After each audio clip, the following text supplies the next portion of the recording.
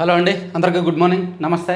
ఈనాడు, ఆంధ్రజ్యోతి, సాక్షి, ఆంధ్రప్రభ 4 వార్తాపత్రికల్లో వచ్చిన వార్తలు, వాటిలో వాస్తవాలు, ఉద్దేశాలు అన్నీ కూడా మనం ఈ వీడియోలో ఉన్నట్టు చెప్పుకుందామండి. చివరి వరకు చూడండి. కంటెంట్ నచ్చిన వాళ్ళు మీ మిత్రులందరికీ కూడా వీడియో లింక్ షేర్ చేయండి, సబ్స్క్రైబ్ చేసుకోమని చెప్పండి. కొత్త వాళ్ళని ఎక్కువగా మన ఛానల్ చూపించండి. సో జగన్ సన్నిహితులు భేటీలు అంట ముడుపుల ముఠాతో డెన్ల ఇన్ఛార్జీలతోనూ నిత్యం సంప్రదింపులు. మిథున్ రెడ్డి, విజయసాయిరెడ్డి, గోవిందప్ప బాలాజీల గుట్టు రొట్టు వీరి ద్వారానే జగన్కు ముడుపులు చేరినట్టు ఇప్పటికే వెలుగులోకి. రాజ్ కిషరెడ్డి, చాణక్య, సైఫ్, ప్రణోయ్ ప్రకాష్, వెంకటేష్ నాయుడుల సమావేశాలు. హైదరాబాద్ తాడేపల్లిలో కలిసేవారు. సెల్ టవర్ లొకేషన్ల ఆధారంగా నిగ్గు తేల్చిన సిట్, అక్షాంశాలు రేఖాంశాల ఆధారంగా నిరూపించిన అధికారులు. ప్రాథమిక అభియోగ పత్రంలో సమగ్ర వివరాలు. ఛార్జ్షీట్ మొన్న దాఖలు చేశారు కదా, 305 పేజీల ఛార్జ్షీట్. ఆ ఛార్జ్షీట్లో చాలా క్లియర్గా మద్యం ముడుపులు ఎవరి దగ్గర నుంచి ఎవరికి వెళ్ళాయి, ఎప్పుడెప్పుడు ఎంతెంత వెళ్ళాయి, వాళ్ళు ఎక్కడ కలుసుకునేవాళ్ళు, వాళ్ళు కలుసుకున్నప్పుడు ఎప్పుడెప్పుడు మాట్లాడుకున్నారు, ఇలా 2019 ఆగస్టు నుంచి 2024 మార్చి మధ్యలో మొత్తం మీద దాదాపుగా 4.5 ఏళ్ళు వాళ్ళు ఎన్నిసార్లు కాల్స్ మాట్లాడుకున్నారు, ఎన్నిసార్లు కలిశారు, ఎక్కడెక్కడ కలిశారు, కలిసినప్పుడు వాళ్ళు మద్యం ఆ ముడుపులు ఏ విధంగా సేకరించారో, ఆ సంచులు, వీడియో ఆధారాలు, ఫోన్ కాల్ డేటా, లొకేషన్ ఆధారాలు, అక్షాంశాలు రేఖాంశాల ఆధారంగా ఇన్ని సమగ్ర ఆధారాలు ఉన్నాయి. ఇవన్నీ కోర్టుకి ఇచ్చారు. ఇవన్నీ కూడా ఛార్జ్షీట్ ఇస్తూ ఛార్జ్షీట్కి సంబంధించిన ప్రూఫ్స్ కూడా ఇచ్చారు. అంత క్లియర్ కట్గా 1వ తరగతి చదివే పిల్లవాడికి కూడా అర్థమయ్యేలా పోలీసులు, సిట్ అధికారులు మద్యం స్కామ్ని నిర్ధారించారు, తేల్చారు. ఆ ఛార్జ్షీట్ చదివితే మనకు అర్థమవుద్ది వాళ్ళు ఎప్పుడెప్పుడు ఎక్కడెక్కడ కలిశారో, దానికి సంబంధించి వాళ్ళకున్న ఆధారం ఏమిటి అనేది. ఇప్పటికీ కూడా కొంతమంది వైసీపీ వాళ్ళు ఆధారాలు లేవు అని వాదించడం మరీ వితండవాదం, మరీ అడ్డగోలు వాదన. అంతెందుకు, సాక్షిలో రోజు రాస్తారు. పాప మద్యం స్కామ్లో దొరికేసరికి ఎలా దాని నుంచి బయటకు రావాలో తెలియక రోజుకొక విరుగుడు వార్త రాస్తారు. లేని మద్యం స్కామ్పై సిట్ కట్టు కథలు. జరగని స్కామ్లో 3,500 కోట్ల దోపిడీ అంటూ బేతాళ విక్రమార్క కథ. బేతాళ విక్రమార్క కథ ఏముంది? జరగని స్కామ్ 3,500 కోట్లు ఏముంది? నెలకు 50 నుంచి 60 కోట్లు ముడుపులు అందాయి అని చెప్తున్నారు కదా. ఆ ముడుపులు ఏ డిస్టిలరీ ఇచ్చారు అనేది కూడా చెప్పారు కదా. ఏ డిస్టిలరీ ఏ రూపంలో ఇచ్చారో కూడా చెప్పారు కదా. ఇక్కడ మన మైండ్లో వచ్చిన క్వశ్చన్లకి సిట్ దగ్గర సమాధానం లేకపోతే అది కట్టు కదా అనుకోవచ్చు. సిట్ దగ్గర సమాధానం ఉంది. ఎప్పుడు, ఎవరు, ఎందుకు, ఏమిటి, ఎలా, ఏ విధంగా అందజేశారు, ఎంత అందజేశారు, అవన్నీ వివరాలు సిట్ దగ్గర ఉన్నాయి. With proofs, with valid proofs. అవన్నీ ఉన్న తర్వాత కూడా అంతగా దొరికిపోయిన తర్వాత పాపం రోజు ఇటువంటి వార్తలు రాసి ఎలా కవర్ చేసుకోవాలో తెలియక సాక్షి వాళ్ళు వాళ్ళ చూసి జాలిపడండి. సాక్షి ఛానల్ని, సాక్షి పత్రికని చూసి వీలైతే జాలిపడండి, సింపతి చూపించండి వాళ్ళ మీద. ఎందుకంటే ఈ టైంలో గుండెను రాయి చేసుకొని ఇలా వార్త రాయడం ఆషామాషి విషయం కాదు. ఛార్జ్షీట్ సాక్షిగా వెల్లడైన భాగోతం. స్కామ్ జరగకపోయినా సిట్ దుష్ప్రచార కుట్ర. అసలు స్కామే లేనప్పుడు డబ్బులు ఎక్కడవి, ఇచ్చింది ఎవరు, తీసుకున్నది ఎవరు? స్కామ్ లేదని ఎవరు చెప్పారు? సిట్ చెప్పిందిగా స్కామ్ జరిగిందని. స్కామ్ లేదని మీరు చెప్తున్నారు, సాక్షిలో రాస్తున్నారు, వైసీపీ వాళ్ళు చెప్తున్నారు. ముక్కు మొహం తెలియని వారి వాట్సాప్ చాట్లో ఎవరి పేరులో ఉన్నాయని వీరే నేరం చేశారంటూ వితండవాదం. ముక్కు మొహం తెలియని వాళ్ళు కాదు. రాజ్ కిషరెడ్డి గారు, విజయసాయిరెడ్డి గారు, సజ్జల శ్రీధర్ రెడ్డి గారు, బాలాజీ గోవిందప్ప గారు, వీళ్ళ ద్వారా ఫైనాన్షియల్ ట్రాన్సాక్షన్స్ జరిగాయి. ఇవి చాణక్య, సైఫ్ అండ్ ఈశ్వర్ కుమార్ రెడ్డి అండ్ ఇంకా దిలీప్, వీళ్ళందరి ద్వారా కూడా నడిచాయనేది చాలా స్పష్టంగా ముక్కు మొహం తెలియని వాళ్ళే ఉంది. ఎవరెవరి ఆస్తులో చూపిస్తూ అవి మీవేనంటూ అభూత కల్పనలు. అలాగైతే ఈనాడు రామోజీ, ఏబిఎన్ రాధాకృష్ణ, TV5 నాయుడుల బాబు బినామీలనా? ఎందుకు ఇక్కడ మళ్ళీ మాట్లాడుకుంటే సాక్షి ఆస్తులు కూడా బయటకు వస్తాయి. TV5 నాయుడు దగ్గర నుంచి సాక్షి మేనేజ్మెంట్ కొన్న ఆస్తులన్నీ కూడా బయటకు వస్తాయి. వీళ్ళు ఎక్కువ కెలికే కొద్దీ ఏమో TV5 వాళ్ళు బయట పెట్టరు, సాక్షి వాళ్ళు బయట పెట్టరు, నాలాంటి బయట పెట్టేస్తాడు. వీళ్ళిద్దరి మధ్య జరిగిన లావాదేవీలు ఏదో పాప అవన్నీ కూడా నేను ఓపెన్ అవ్వకూడదులే, చెప్పకూడదు. ఆ మధ్య సాక్షిలో 2 వార్తలు రాశారు, గుర్తుందా? దాదాపుగా ఒక 10 నెలల కిందట అనుకుంటా. టాలీవుడ్ అండ్ హైదరాబాద్లో ఒక పెద్ద మాదక ద్రవ్యాల ముఠా ఉంది, దానికి TV5 లింక్ ఉందని రాశారు, గుర్తుందా? ఆ 2 వార్తలు వచ్చాక అనూహ్యంగా ఆగిపోయాయి, గుర్తుందా? వాటి వెనక ఎంత పెద్ద వ్యవహారం నడిచిందో తెలుసా? అవన్నీ కూడా అంటే మనం ఒక సమాజంలో ఉన్నాం కాబట్టి మనకు కొన్ని పరిమితులు ఉంటాయి కాబట్టి నేను చెప్పట్లా. కొన్ని కఠినమైన నిజాలను లోపల దాచుకోవాల్సి వస్తుంది నేను. సో మీడియా వ్యవహారాలు, పార్టీల వ్యవహారాలు, నాయకుల వ్యవహారాలు తెలిసి ఎటువంటి సమాజంలో మనం ఉన్నామో అనిపిస్తుంది. ఆ పార్టీ లేదు, ఈ పార్టీ లేదు, ఆ నాయకులు లేదు, ఈ నాయకులు లేదు, ఆ మీడియా లేదు, ఈ మీడియా లేదు. రాసుకోవడానికి రాసుకుంటారు. పాపం మీరు చదివిన వాళ్ళు అమ్మో వీళ్ళిద్దరికీ అస్సలు పడదే అనుకుంటారు. కానీ లోపాయికారిగా జరగాల్సినవి జరిగిపోతాయి. చంద్రబాబు ప్రభుత్వానికి మతి లేదు, టీడీపీ వేరే విధేయ పోలీసు అధికారుల అండతో కూడిన సిట్కు గతి లేదు. ఇది రాష్ట్రంలో ప్రస్తుతం నెలకొన్న పరిస్థితి. వైఎస్ఆర్సీపీ హయాంలోని మద్యం విధానంపై నమోదు చేసిన అక్రమ కేసులో కొండను తవ్వినంత హడావిడి చేసిన సిట్ కట్టుకథలను చూసి రాష్ట్ర ప్రజలు నివ్వెరపోతున్నారు. మాస్టరు సిట్టు ఛార్జ్ షీటు చాలా క్లియర్గా, వీలైతే ఆ 305 పేజీలు చదవండి. చదివినా మీరు ఇంతేలే మారలేరులే, కానీ చదివిన ఆ 305 పేజీల్లో అంత క్లియర్గా ఉంటుందని నేనైతే అనుకోవాలి. అది మొత్తం చదివిన తర్వాత నాకు అర్థమైంది. పిన్ టు పిన్ ఎక్స్ప్లెయిన్ చేశారు. పిన్ టు పిన్ ఆ డబ్బులకు సంబంధించి, ముడుపులకు సంబంధించి వివరాలన్నీ గుట్టు రొట్టు చేశారు.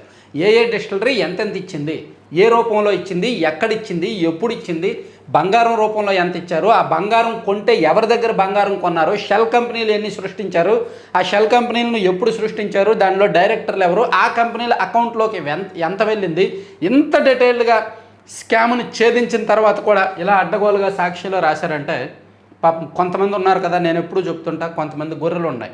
అంటే రియాలిటీని ఆలోచించలేని వాళ్ళు, మేము పట్టుకున్నదే నిజం, మేము చెప్పేదే నిజం అనుకునే వాళ్ళ కోసం ఈ రాతలు ఉపయోగపడతాయి.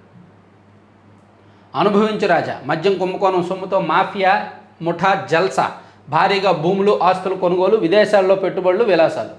ఈవెన్ ఆంధ్రజ్యోతిలో కూడా రాశారు మద్యం స్కామ్. ఇదిగోండి, జే బ్రాండ్లకు గేట్లు ఎత్తారు, 10,000 కేసులు దాటకూడదన్న నిబంధనకు స్వస్తి, ధృవీకరణ పత్రాలు లేకపోయినా అనుమతి, చివరికి చిరునామాలు ఇవ్వకపోయినా ఓకే, పాపులర్ బ్రాండ్లకు ఆర్డర్లలో మొండి చెయ్యి, గత ప్రభుత్వాల్లో లక్షల్లో అమ్ముడైన బ్రాండ్లవి, జగన్ జమానాలో 10 కేసులు ఇవ్వనబోయినాం, మద్యం స్కామ్ ఛార్జ్ షీట్లో సిట్ వెల్లడి. అలాగే నరాలు నలిపి కిడ్నీలు లివర్లు చిదిమి జగన్ ధనాశకు జనం బలి, నాసిరకం మద్యంతో ఒళ్ళు గుల్ల. మీకు గుర్తుందా? ఈ కంటెంట్, ఈ పాయింట్లు, ఈ డేటాతో నేను ఆల్రెడీ వీడియో చేశాను. ఈ డేటాతో అది డిస్క్రిప్షన్లో పెడతాను, చూడండి. 2 నెలల కిందట మే 11వ తేదీన చేశాను ఆ వీడియో. చాలా క్లియర్గా ఈ డేటా మొత్తం, ఈ పవర్ పాయింట్ ప్రజెంటేషన్ అంతా కూడా మనం స్క్రీన్ మీద చూపించామన్నమాట. నరాలు నిర్వీర్యమైపోయి జనం వణికిపోని, కలుషితం కడగలేక కాలేయం కుళ్ళిపోని, మూత్రపిండాలే మలినమై కుంగిపోని, జవసత్వాలు ఉడిగి కడకు మనిషే మట్టిలో కలిసిపోని, వాళ్ళకేం లెక్కలేదు, జనమేమైపోయినా చింతలేదు. ఆ ముఠాకు ముడుపులు కావాలి, కమిషన్లతో సొంత ఖజానా నిండాలి, ప్యాలెస్లో కలకలాడుతూ ఉండాలి. 5 ఏళ్లలో భారీగా కిడ్నీ లివర్ నరాల వ్యాధులు, 10 రెట్లు పెరిగిన నరాల బలహీనతలు, 2 కాలేయ రోగాలు, ఎన్టీఆర్ వైద్య సేవ ట్రస్ట్ గణాంకాలు ఇవి, చనిపోయిన వారెందరో లెక్కలు లేవు అని వైఎస్ జగన్మోహన్ రెడ్డి గారు అధికారంలో ఉన్నప్పుడు పెరిగిన నరాలకు సంబంధించిన కేసుల సంఖ్యను ఆధారంగా ఇవి లెక్కించి ఇచ్చారనమాట. కల్తీ మద్యం వలన ఏం జరిగిందని. సో మద్యం స్కామ్లో ఇది కూడా ఒక పార్ట్. ఇక మిథున్ రెడ్డి 4196 ఖైదీ నెంబరు. సో ఇవి మద్యానికి సంబంధించిన ఓవరాల్ ఇది. తర్వాత ధన్ఖడ్, జగదీప్ ధన్ఖడ్ నిన్న అనూహ్యంగా రాజీనామా చేశారండి. అనారోగ్య కారణాలను వెల్లడి. ఇంకా 2 ఏళ్ల పదవీ కాలం ఉన్న వైదొలిగిన రాజ్యసభ చైర్మన్. స్వతంత్ర భారత చరిత్రలో ఇది 3వసారి. ఉపరాష్ట్రపతి పదవికి జగదీప్ ధన్ఖడ్ సోమవారం రాత్రి రాజీనామా చేశారు. రాజ్యసభ చైర్మన్ హోదాలో పార్లమెంట్ వర్షాకాల సమావేశాల తొలి రోజున కార్యక్రమాలను సజావుగా నిర్వహించిన ఆయన రాత్రికల్లా అనూహ్యంగా రాజీనామా లేఖను రాష్ట్రపతి ద్రౌపది ముర్ముకు పంపించారు. సో ఉపరాష్ట్రపతి పదవికి ఆయన 74 ఏళ్ల వయసులో రాజీనామా చేశారంటే ఆయన ఆర్ఎస్ఎస్ సిద్ధాంతాలకు ఏమైనా కట్టుబడి ఉన్నారేమో.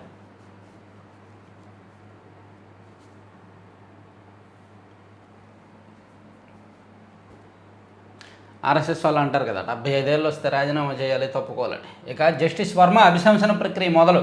తీర్మానాలపై 152 మంది లోక్సభ సభ్యులు, 63 మంది రాజ్యసభ సభ్యుల సంతకాలు. ఆపరేషన్ సింధూర్పై ప్రత్యేక చర్చకు లోక్సభలో 16 గంటలు. మొదలైన వర్షాకాల సమావేశాలు తొలి రోజే అంతరాయాలతో వాయిదా. ఇక కేరళ మాజీ ముఖ్యమంత్రి 82 ఏళ్ల వయసులో కేరళ రాష్ట్రానికి ముఖ్యమంత్రిగా పదవి చేపట్టిన అచ్యుతానందన్ నిన్న కన్నుమూశారు. 101 ఏళ్ళు జీవించారు ఆయన. సిపిఐ నుంచి సిపిఎంగా ఏర్పాటు అవ్వడంలో ఆయన కూడా కీలక పాత్ర పోషించారు. వ్యవస్థాపక సభ్యుల్లో ఒకరు.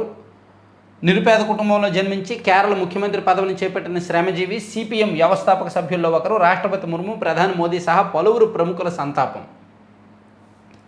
సో దేశంలో కమ్యూనిస్టుల మూలాలు ఇప్పటికీ కూడా ఉన్నాయి అంటే ఇటువంటి వాళ్ళు వేసిన స్ట్రాంగ్ గట్టి పునాదులు మాత్రమే. సో ఆయన నిన్న మరణించారు 101 ఏళ్ల వయసులో.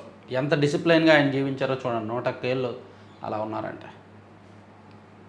పాఠశాలపై కూలిన శిక్షణ యుద్ధ విమానం. ఢాకాలో 20 మంది మృత్యువాత. తర్వాత 8 లక్షల కోట్ల పెట్టుబడులను ఆకర్షించాలి ఎలక్ట్రానిక్స్ రంగంలో. ఇందుకు ప్రణాళిక సిద్ధం చేయండి అధికారులకు సీఎం చంద్రబాబు ఆదేశం. రాష్ట్రంలో ఎలక్ట్రానిక్స్ విడిభాగాల తయారీ రంగంలో 8 లక్షల కోట్ల పెట్టుబడులను ఆకర్షించేలా ప్రణాళిక సిద్ధం చేయాలని సీఎం చంద్రబాబు అధికారులను ఆదేశించారు. పరిశ్రమల ఏర్పాటుతో పాటు ఉత్పత్తికి అనువైన పరిస్థితులను కల్పించాలని పేర్కొన్నారు. ఎలక్ట్రానిక్స్ కాంపోనెంట్స్ మ్యానుఫ్యాక్చరింగ్ పాలసీ 4.0పై సచివాలయంలో ఆయన అధికారులతో సమీక్షించి చెప్పారంట. తర్వాత వివేక హత్య కేసులో తదుపరి దర్యాప్తు అవసరమా కాదా? మీ అభిప్రాయం చెప్పండి. సిబిఐకి సుప్రీంకోర్టు ఆదేశం. దాని ఆధారంగా నిందితుల బెయిల్పై నిర్ణయం వెలువరిస్తామని స్పష్టీకరణ. వివేకానంద రెడ్డి గారి కేసు వ్యవస్థలు కాస్తో కూస్తో బతుకున్నాయడానికి ఇటువంటి చర్చ జరిగినప్పుడు అనిపిస్తుంది. వివేకానంద రెడ్డి గారి కేసు మన రాష్ట్ర ప్రజల కళ్ళ ముందు ఆయన్ను చంపేశారు. ఎవరు చంపారో, ఎందుకు చంపారో పూర్తి స్థాయి వాస్తవాలు ఇప్పటికీ బయటికి రావట్లేదు. వ్యవస్థలు ఎలా పనిచేస్తాయి అనడానికి ఆ కేసు ఒక కేస్ స్టడీ.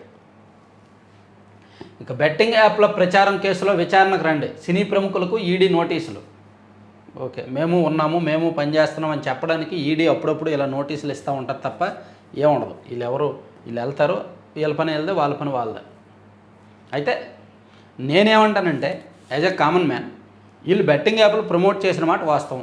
కొన్ని కోట్ల రూపాయలు బెట్టింగ్ యాప్ల వలన వీళ్ళు లబ్ధి పొందిన మాట వాస్తవం. సో బెట్టింగ్ యాప్లు ఆడి వందలాది మంది ప్రాణాలు కోల్పోయిన మాట వాస్తవం.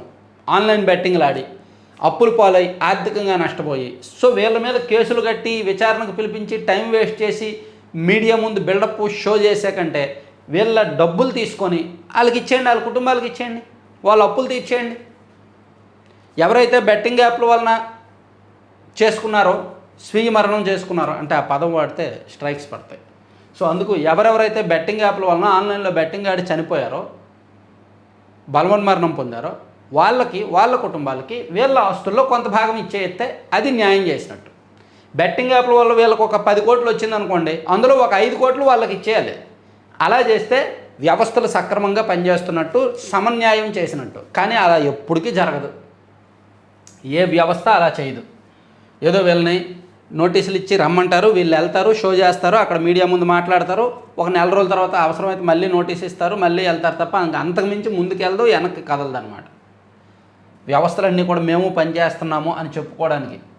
ఇక రాష్ట్రంలో మరోసారి బీపీఎస్, ఎల్ఆర్ఎస్ అనుమతులు లేని ఇల్లు స్థలాల క్రమబద్ధీకరణకు అవకాశం. ప్రతిపాదనలకు మంత్రివర్గం ఆమోదం, తర్వాత మార్గదర్శకాలు. అనుమతులకు విరుద్ధంగా చేపట్టిన భవన నిర్మాణాలు, అనుమతులు లేకుండా వేసిన లేఅవుట్ల క్రమబద్ధీకరణ కోసం ప్రభుత్వం మరోసారి building penalisation scheme, layout regularisation scheme తీసుకురానుంది. ఇందుకు సంబంధించిన ప్రతిపాదనలకు మంత్రివర్గం ఆమోదం తర్వాత ఉత్తర్వులు జారీ చేయనున్నారు. మంచిది. జస్టిస్ వర్మ అభిశంసన ప్రక్రియ మొదలైన వర్షాకాల సమావేశాలు తొలి రోజు అంతరాయాలతో వాయిదా. రష్యాలో 2 తమిళ యువకులకు చిత్రహింసలు, యుద్ధంలో పాల్గొనాలని పోలీసులు ఒత్తిడి. ఉక్రెయిన్తో జరుగుతున్న యుద్ధంలో వాళ్ళు పాల్గొనాలా? రాష్ట్రంలో విస్తారంగా వర్షాలు. నైరుతి ఋతుపవనాలు బంగాళాఖాతంలో ఏర్పడిన ఉపరితల ఆవర్తనం ప్రభావంతో రాష్ట్రంలోని పలు ప్రాంతాల్లో విస్తారంగా వర్షాలు. కరెక్టే. బాధ తీరుస్తాం, భోజనము వడ్డిస్తాం. అర్జీదారుల సమస్యలు పరిష్కరించడమే కాదు, వారి ఆకలి తీరుస్తామని ముందుకు వచ్చారు పల్నాడు పోలీసులు. ప్రతి సోమవారం నర్సరావుపేటలోని జిల్లా పోలీస్ కార్యాలయంలో జరిగే ప్రజా సమస్యల పరిష్కార వేదిక పెద్ద సంఖ్యలో అర్జీదారులు వస్తుంటారు. సో వాళ్ళకి నిన్న వడ్డించారంట భోజనం.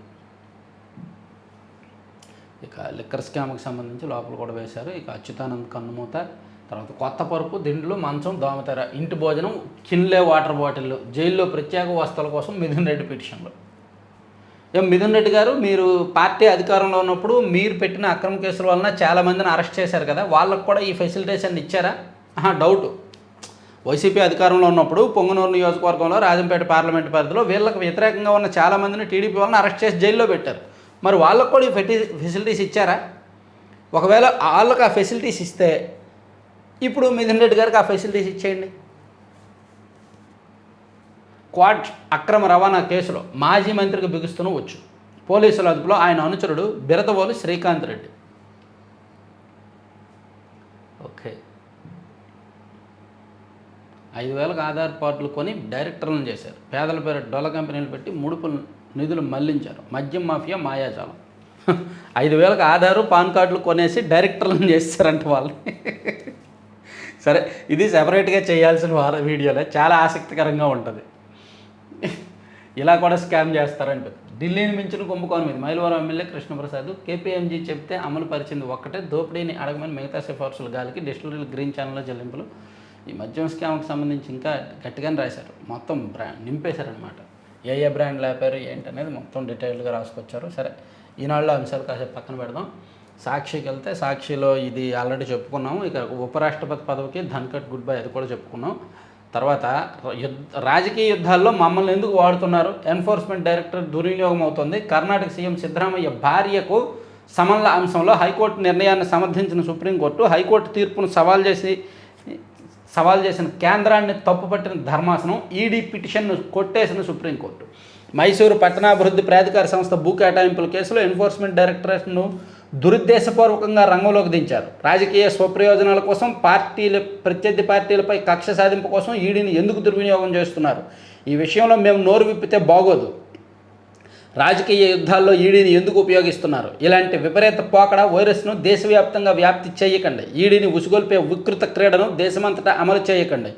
ఎన్నికల వేదికలపై మాత్రమే రాజకీయ యుద్ధాలు చేసుకోండి. ఇదే ద్వారాని కొనసాగిస్తే మేము కఠిన చర్యలు తీసుకోవాల్సి ఉంటుంది సుప్రీంకోర్టు.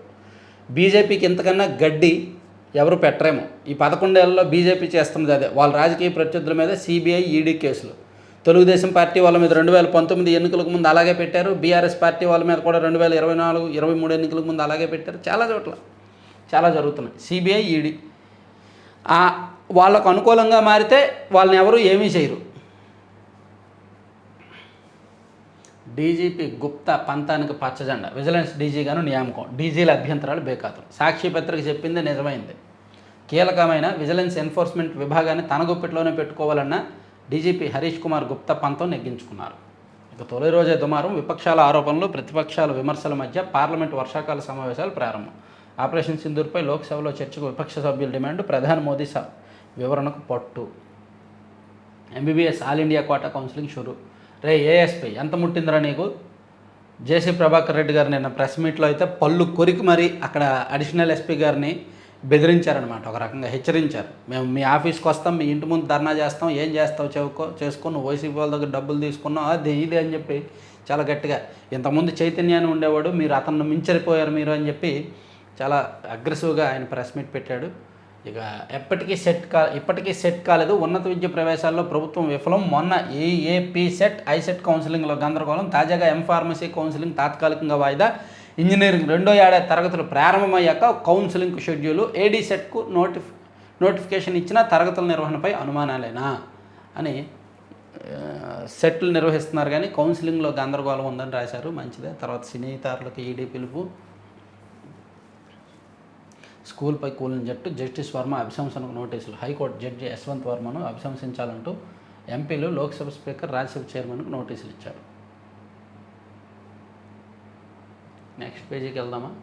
పండగ చేసుకో. 2వ పేజీకి వెళ్తాం. మెదడుకు కాస్త బ్రేక్ ఇవ్వండి. ఇద్దాం. నేనేమో మెదడుకే ఎక్కువ పని చేయమంటానే. అపరిమితంగా అది వాడితే మన శరీరంలో ఉన్న భాగాలన్నింటిలో అపరిమితంగా వాడగలిగేది మెదడు మాత్రమే. అది ఎంత బాగా వాడితే అంత బాగా పనిచేస్తుంది. రాజకీయ యుద్ధాల్లో మమ్మల్ని ఎందుకు అవుతున్నారు. మాజీ ఎమ్మెల్యే రమేష్ కుమార్ రెడ్డికి వైఎస్ జగన్ పరామర్శ.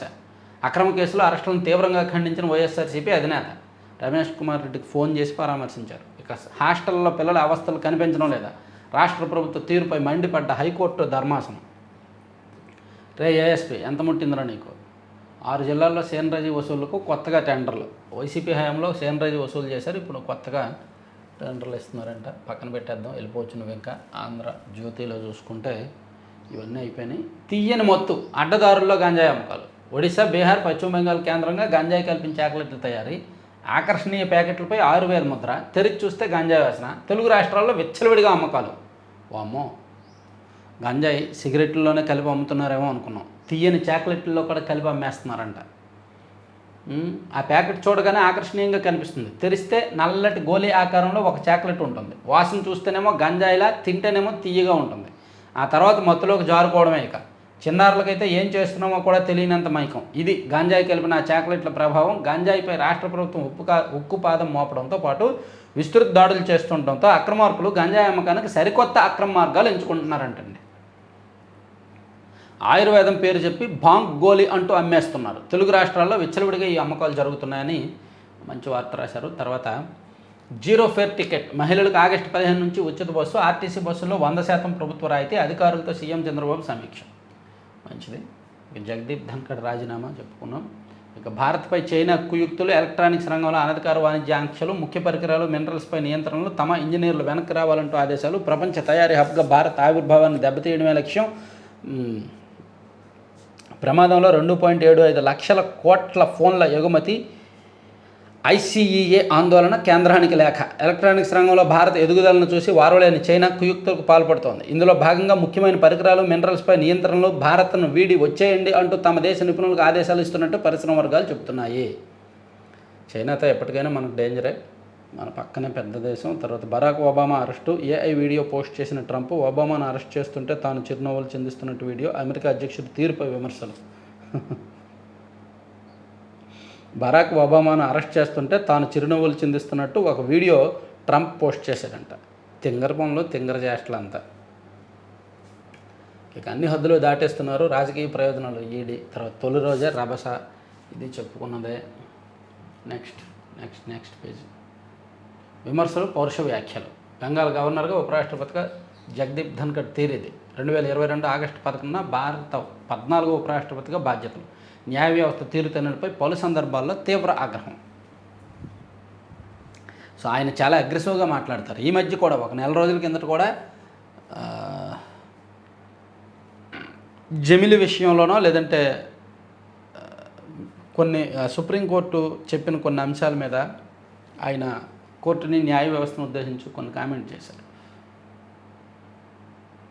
ఇక విజయోత్సవాలుగా పార్లమెంట్ సమావేశాలు. ఆపరేషన్ సింధూర్ మన సామర్థ్యాన్ని ప్రపంచానికి చాటి చెప్పింది. కానీ ప్రతిపక్షాల అనుమానాలను నివృత్తి చేయాలి. అలా నివృత్తి చేస్తే మీరు విజయోత్సవాలు చేసుకున్నా ఏం చేసుకున్నా పర్వాలేదు. ప్రతిపక్షాల అనుమానాలు అలాగే ఉంటాయి, వాళ్ళ మాటలు అలాగే ఉంటాయి, వీళ్ళు మాత్రం విజయోత్సవాలు చేసుకుంటారంట. ఇక అందిన అభిశంసన తీర్మానం. జస్టిస్ వర్మను తొలగించాలని 204 మంది సంతకాలు. లోక్సభలో 152 మంది, రాజ్యసభలో 52 మంది. ఆయన మీ స్నేహితుడా? వర్మ అని పిలుస్తున్నారు. లాయర్ నెడుంపారపై సుప్రీం ఆగ్రహం. నోట్ల కట్టలు ఇంట్లో దొరికిన వ్యవహారంలో ఆరోపణలు ఎదుర్కొంటున్న Allahabad high court judge justice Yashwant వర్మను కేవలం వర్మ అంటూ సంబోధించిన న్యాయవాదిపై సుప్రీంకోర్టు ఆగ్రహం వ్యక్తం చేసింది. జస్టిస్ వర్మపై ఎఫ్ఐఆర్ నమోదు చేయాలని, తన పిటిషన్ అత్యవసరంగా విచారించాలంటూ న్యాయవాది మాథ్యూ నెడుంపార కోర్టును కోరారు. అయితే ఆయన వర్మ అని సంబోధించారు. దీనికి చీఫ్ జస్టిస్ అభ్యంతరం వ్యక్తం చేశారు. ఆయన ఏమన్నా మీకు స్నేహితుడా? వర్మ అని ఎందుకంటారు? జస్టిస్ అనండి అని అన్నారంట. తప్పు చేసినా జస్టిసే కదా. న్యాయమూర్తి. పెళ్ళయి 25 ఏళ్ళైన మహిళ 25 ఏళ్లలో మేనల్లుడితో ప్రేమలో, భర్త 4 పిల్లలను వదిలేసి అతడితో పరారు. అమ్మ తల్లులు మీరేం చేస్తున్నారో ఏం అర్థం కావట్లేదమ్మా. గడిచిన 2 నెలల నుంచి దేశంలో ఈ ఘటనలు చూస్తుంటే ఈ భార్యలు భర్తలను వదిలేసి లేదా భర్తల్ని చంపేసి ఎవరితో పడితే వాళ్ళతో వెళ్ళిపోతున్నారు. ఏంటి నాకేం అర్థం కావట్లేదమ్మా, ఎందుకు ఇలా జరుగుతున్నాయో. సభలో నా నోరు నొక్కేస్తున్నారు. విపక్ష నేతగా మాట్లాడే హక్కు ఉంది. రాహుల్.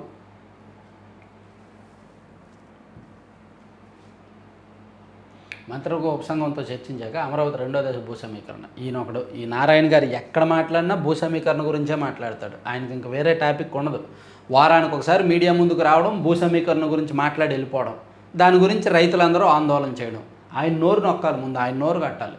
లేకపోతే ఆయన వల్లనే ఈ డిస్టర్బెన్స్లన్నీ కూడా నెట్టేసి కొట్టేస్తున్నారు. భక్తి పేరుతో విశాఖలో భారీ దోపిడీకి స్కెచ్. బీచ్లో అయోధ్య నమూనా ఆలయం ఏర్పాటు. దర్శనం టికెట్ 50, చెప్పులకు 5 రూపాయలు. కళ్యాణోత్సవం పేరుతో మరో దోపిడీకి తెర. ఒక్కో టికెట్పై 2909 విక్రయం. భద్రాద్రి నుంచి పండితులు వస్తారంటూ ప్రచారం. ఈ ప్రచారంపై భద్రాచలం దేవస్థానం ఈవో విచారణ. నిర్వాహకులపై విశాఖ కలెక్టర్కు, పోలీసులకు ఫిర్యాదు. అయోధ్య ఒక సెట్ వేసి విశాఖ బీచ్ రోడ్లో వేసి 2999 రూపాయలకు కళ్యాణోత్సవం అని అమ్ముతున్నారంట. భక్తి, మన ఇండియాలో భక్తి, ఎమోషను, రాజకీయము దాన్ని మించింది లేదు కదా. డబ్బులైనా పెడతారు, ప్రాణమైనా పెడతారు. ఇక సబ్సిడీ ఎరువులతో లింక్ ఉత్పత్తులు గంటగట్టడం నేరం, క్వాడ్జ్ కేసులో చిక్కిన మరో వైసీపీ నేత. సో ఇవన్నీ ఆంధ్రజ్యోతిలో అంశాలు. ఆంధ్రజ్యోతి కూడా పక్కకెళ్ళిపోమని ఇంకా పక్కకెళ్ళాడుకో. తర్వాత గాలిలో ప్రాణాలు, విమాన ప్రయాణాల్లో ప్రమాదాల పరంపర, విమాన నిర్వహణ సంస్థల నిర్లక్ష్య ఫలితం, సాంకేతికంగా వృద్ధి చెందిన సమస్యలే, కాసుల 50 భద్రత గాలికే. విమాన ప్రమాదాలు ఈ మధ్య అంటే విమాన ప్రమాదాలు, అహ్మదాబాద్ ప్రమాదం జరిగిన తర్వాత ఎక్కడికక్కడ ప్రతిరోజు కూడా ఏదో ఒక సంఘటన జరుగుతుండటంతో పాపం డైలీ ప్రయాణించే వాళ్ళ గుండెల్లో రాళ్ళు పడుతున్నాయి అన్నమాట. ఎప్పుడు ఏం జరుగుద్దో తెలియక. వరుస ప్రమాదాలు విమానయాన సంస్థల నిర్వహణ తీరును ప్రశ్నిస్తున్నాయి. ఆ సంస్థలు తమ విమానాల నిర్వహణపై చూపుతున్న నిర్లక్ష్య వైఖరి ప్రయాణికుల ప్రాణాలను బలికొండవుతుంది. నిత్యం ఏదో ఒక దుర్ఘటన చోటు చేసుకుండగా అమాయకుల ప్రాణాలు గాలిలో కలిసిపోతున్నాయి. రైలు, బస్సు ప్రమాదాల్లో మరణించిన వారి ఆచూకీ కనీసం చివరి చూపైన బాధిత కుటుంబాలకు దక్కుతుండగా, విమాన ప్రమాదాల్లో మరణించిన వారి పేర్లు తప్ప కనీసం మృతదేహాలు కూడా లభ్యం కాని దయనీయ పరిస్థితులు కలచవేస్తున్నాయి. వరుస ప్రమాదాలకు మానవ తప్పిదాలు, విమానయాన సంస్థల నిర్లక్ష్య ద్వారానే కారణం. కరెక్టే. తర్వాత గ్రీన్ హైడ్రోజన్ కోసం 500 కోట్ల వ్యయం, పరిశోధనలపై ఫోకస్, 50 స్టార్టప్లకు అవకాశము, కిలో గ్యాస్ 160కి ఇవ్వడమే లక్ష్యం, ప్రస్తుతం కిలో 460 రూపాయలు, 2030 కల్లా గ్రీన్ హైడ్రోజన్ వ్యాలీగా ఏపీ. మంచిది. $100 బిలియన్ పెట్టుబడుల టార్గెట్ 2030 కల్లా సాధించడమే నా లక్ష్యం ఎలక్ట్రానిక్స్ రంగంలో. మంచిది. జెట్ స్పీడ్తో కీలక భవనాలు, త్వరలో ఐకానిక్ టవర్ల పనులు, మార్చి కల్లా అమరావతిలో ప్రభుత్వ భవనాలు, డిసెంబర్ నాటికే ఎమ్మెల్యే, ఎమ్మెల్సీ, ఐఏఎస్ క్వార్టర్లు, నిర్మాణ సంస్థలకు మంత్రి నారాయణ ఆదేశం, రాజధానిలో పనుల పరిశీలన, 2వ దశ ల్యాండ్ పూలింగ్పై కేబినెట్ సబ్ కమిటీలో చర్చిస్తామని వెల్లడి. గౌరవం సరే, వేతనమే పూర్తి, తెలంగాణలో 25, ఏపీలో 2500. చిన్నబుచ్చుకుంటున్న వ్యవసాయ మార్కెట్ కమిటీ చైర్మన్లు, ఏఎంసీ చైర్మన్లకు తెలంగాణలో 25,000 ఇస్తుంటే ఏపీలో 2500 ఇస్తున్నారంట. అయినా వాళ్ళకి డబ్బులతో పనేం ఉండదు కదా. ఇక విచారణకు మాజీ మంత్రి నారాయణ స్వామి డుమ్మ అనారోగ్యం వల్ల రాలేకపోతున్నట్టు సమాచారం. ఓకే. దర్యాప్తు ఇంకానా? కడప సెషన్స్ కోర్టు క్లోజర్ రిపోర్టుపై ఏమంటారు? ట్రయల్ తదుపరి దర్యాప్తు ఏకకాలంలో సాధ్యమేనా? 3 అంశాలపై అభిప్రాయం చెప్పండి. వివేక హత్య కేసులో సిబిఐ అభిప్రాయం కోరిన సుప్రీంకోర్టు. నాకు చెప్పుకున్నాం కదా, అది దాని గురించి. ఇక అసాంఘిక మీడియా, అవాస్తవాల జోరు, విద్వేషం తీరు, ఆధునిక యుగంలో శక్తివంతంగా సామాజిక మాధ్యమాలు, చాలా సందర్భాల్లో అవాస్తవాలు ప్రచారం, జాతి, దేశ విలువలు, భద్రతకు పెనుముప్పు, ఆపరేషన్ సింధూర్పై కట్టుకథలు, ప్రధాని వ్యాఖ్యలపైన అవాస్తవాలు, రాజకీయ లక్ష్యాలతో వ్యక్తిత్వ హననం, కట్టడి చేసే వ్యవస్థ రావాలి, అర్హులకే సోషల్ మీడియా బాధ్యతలు ఇవ్వాలి, ప్రింట్ ఎలక్ట్రానిక్ మీడియాల నియంత్రణ అవసరం. ఏంటి ప్రింట్ మీడియా, ఎలక్ట్రానిక్ మీడియా నియంత్రణ ఉందా? నియంత్రణ ఉంటే సాక్షిలో ఎందుకు పిచ్చి వార్తలు రాస్తారు? ఎక్కడుంది నియంత్రణ? ఎవడికి నచ్చినట్టు వాడు రాసుకుంటున్నాడు కదా. సుప్రీం సూచనలు అమలు చేయాలి, లేని పక్షంలో కలహాలు, అశాంతి, నిపుణుల హెచ్చరిక. బాబు, మెయిన్ స్ట్రీమ్ మీడియా అలాగే తయారైంది, సోషల్ మీడియా అలాగే తయారైంది, ఎవరికి నియంత్రణ లేదు. ఆ నియంత్రణే ఉంటే సాక్షిలో పిచ్చి పిచ్చి వార్తలు, ఫేక్ వార్తలు ఎందుకు రాస్తారు? ఎప్పుడో 2023లో రమ్యకృష్ణ గారు అండ్ ఆ హీరోయిన్లు అందరూ మాట్లాడిన మాటలని 2025 జూలైలో వాళ్ళు ఎందుకు పబ్లిష్ చేస్తారు? బెట్టింగ్ స్టార్లకు ఈడీ నోటీసులు. మంచిది. సరే, ఆంధ్రప్రభ అయిపోయింది. ఈనాడులో నేషనల్ జాతీయ అంశాలు ఒకసారి చూద్దాం. వాటర్ బాంబుతో భారత్కు నష్టం ఎంత? బ్రహ్మపుత్ర నదిపై చైనా భారీ ప్రాజెక్టుతో ఆందోళన, ఒక్కసారిగా నీరు వదిలితే కష్టమే, భారత్లో ప్రవాహానికి ఇబ్బంది లేదని అసంశయం. భారత్ సరిహద్దుకు సమీపంలో టిబెట్లోని బ్రహ్మపుత్ర నదిపై చైనా ప్రపంచంలోనే అతిపెద్ద జల విద్యుత్ ప్రాజెక్టు నిర్మాణానికి శ్రీకారం చుట్టింది. ప్రతి విషయానికి భారత్తో కయ్యానికి కాలుదువే డ్రాగన్ సరిహద్దులో చేపడుతున్న ఈ అతిపెద్ద నిర్మాణం దేశానికి సవాల్గా మారబోతోందా? డ్రాగన్ ఈ ప్రాజెక్టుకు వ్యూహాత్మకంగా నిర్మిస్తోందా? ఈ ప్రాజెక్టుతో భారత్కు భారీ నష్టం జరుగుతోందా? ఈ ప్రాజెక్టుకు సంబంధించిన దృశ్యాలను చైనా తొలిసారిగా బహిర్గతం చేసిన వేళ దీనిపై అనేక ప్రశ్నలు తలెత్తుతున్నాయి. మన ఆయుధాల వైపు ప్రపంచం చూపు, మోదీ మాటలే మన ఆయుధాలు, ఎక్కడికి వెళ్ళినా మన ఆయుధాలే మన మాటలు, మన మాటలతోనే వాళ్ళని గెలుచుకుంటాం, లేదా వాళ్ళని శత్రువులుగా ఏదైనా ఉంటుంది. ఎవరికైనా మాటలే ఆయుధాలు, అందులో ఇండియన్స్ దిట్ట. ఇక వీరి గుమ్మడి పండు, వీరి పేరేమి. పార్లమెంట్ సమావేశాలు ప్రారంభమైన సందర్భంగా డిఎంకే ఎంపీ రాజా కళ్ళను సరదాగా మూసివేసిన భాజపా ఎంపీ నిష్కాంత్ దుబే. ఇక మద్యం స్టఫ్ విషయంలో గొడవ, బారు ఉద్యోగిని పొడి చంపిన వ్యక్తి. ఓర్ని అంకమ్మ, ఏందిరా బాబు, స్టఫ్ విషయంలో గొడవ వచ్చిందా?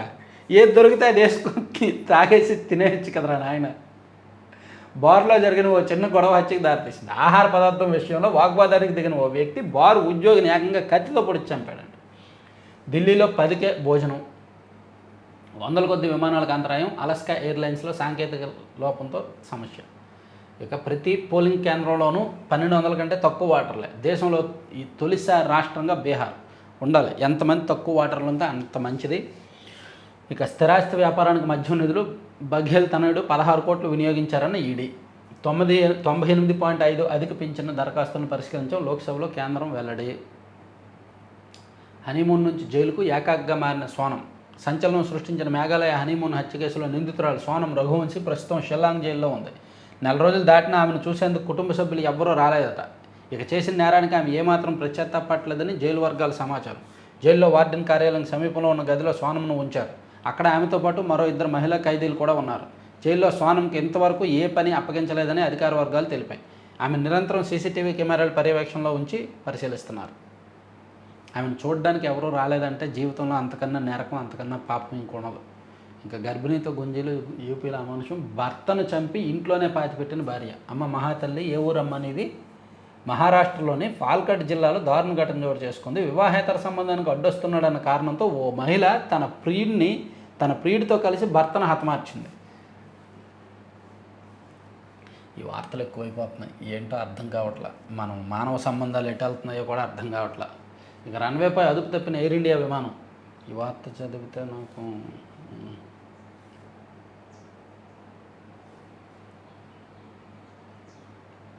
ఇక ఎన్నికల్లో జపాన్ ప్రధానికి ఎదురు లోక్సభలో మాట్లాడనివ్వడం లేదు. రాహుల్ జస్టిస్ వర్మ మీ స్నేహితుడ పేరు పెట్టేలా పిలుస్తారు. 12 మంది నిర్దోషులే.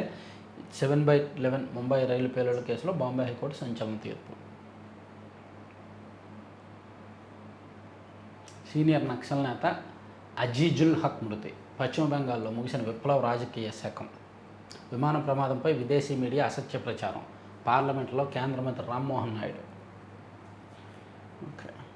ఓకే ఎనీవే, ఇవి 4 పత్రికల్లో వచ్చిన కథనాలు, వార్తాంశాలు. చివరి వరకు చూసిన ప్రతి ఒక్కరికి కూడా ధన్యవాదాలు.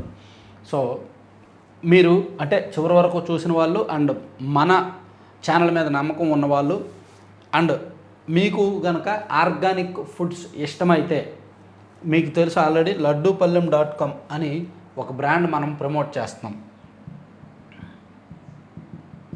లడ్డూపల్లెం.com. సో ఇది ఎందుకు ప్రమోట్ చేస్తున్నాను అనేది కూడా నేను చాలాసార్లు చెప్పాను. ఈ మధ్య దీని గురించి వీడియో చేయలేదులే, ఇది చెప్పలేదు. సో ఇది కంప్లీట్గా ఆర్గానిక్ అండ్ హెల్దీ ఇంగ్రీడియంట్స్ అండి. ఇవి బయట మీకు ఎక్కడ దొరకవు అనమాట. బయట ఎక్కడ కూడా ఇప్పుడు గోందు కటోరీతో ఎవరైనా బయట లడ్డూ చేస్తారా?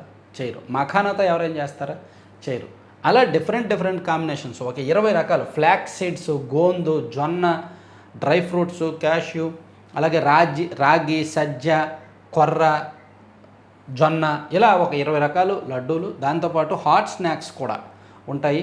సో ఎవరైనా ఇటువంటి టేస్ట్ చేయాలనుకున్న వాళ్ళు ఆన్లైన్లో లడ్డూపల్లెం.com అని వెబ్సైట్ విజిట్ చేయండి. మీకు నచ్చినవి ఆర్డర్ పెట్టండి. నచ్చితే మళ్ళీ ఆర్డర్ పెట్టండి. అలాగే పిల్లల కోసం ప్రోటీన్ పౌడర్ కూడా తయారు చేస్తున్నారు. బాదం, జీడిపప్పు అండ్ మఖానా పౌడర్ 3 మిక్స్ చేసి మెత్తని పాలల్లో కలుపుకొని తాగడానికి ప్రోటీన్ పౌడరు, అలాగే డ్రై డేట్స్ పౌడరు, అటువంటి పౌడర్స్ కూడా ఉన్నాయి. సో 9997839994 ఇదిగోండి, 9997839994 ఈ నెంబర్కి కూడా కాంటాక్ట్ చేసి మీకు ఏం కావాలనేది ఆర్డర్ ఇవ్వచ్చు. Thank you.